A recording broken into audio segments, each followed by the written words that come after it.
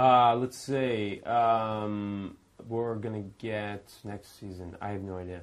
I actually literally have no idea. We know that Elena's a vampire. At least we have. It's inferred. And, and I can't imagine she's not. Let's see. I don't know. I can tell you what my hopes are. My hopes are that Stefan sort of. I hope that Stefan gets tempted by the dark side. Selfishly. I'd like my character to stay in that dark world. But I really actually have no idea. They don't tell me anything. I think there's a possibility Stefan may develop a relationship with another woman. I don't want to be in the predicament of having to write season 4 because I don't know how they're going to maintain that that whole story of two brothers fighting over a mortal girl. So I don't know if the whole thing's a trick.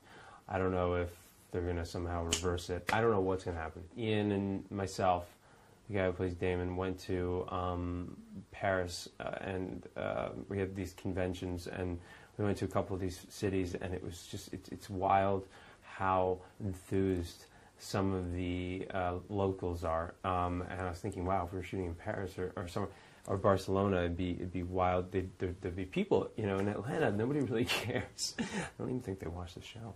I really, it's kind of nice because, we're just, they film so many TV series or so many films now, and they have like actors like, you have like Ryan Reynolds doing a movie and Ben Stiller simultaneously, and so it's in this little town, and so I think they're just sort of immune to being awestruck by us lowly television actors. We have these little like caps that go on, and sometimes they fall off. That's always a little odd when you're trying to be a vicious vampire and you go in to bite the victim and your tooth falls off. Every country has sort of a different time delay. We're just starting to become sort of a little more popular in Europe. It's just kind of, it's interesting because in the U.S. it's still doing well, but we're on season 4 now. God, time flies, it's crazy. But I don't know. I mean, I don't know. I know our contracts are only for 6, so technically there could only be 3 more seasons of The Vampire Diaries, or there could potentially be 10 if we decide we want to do more.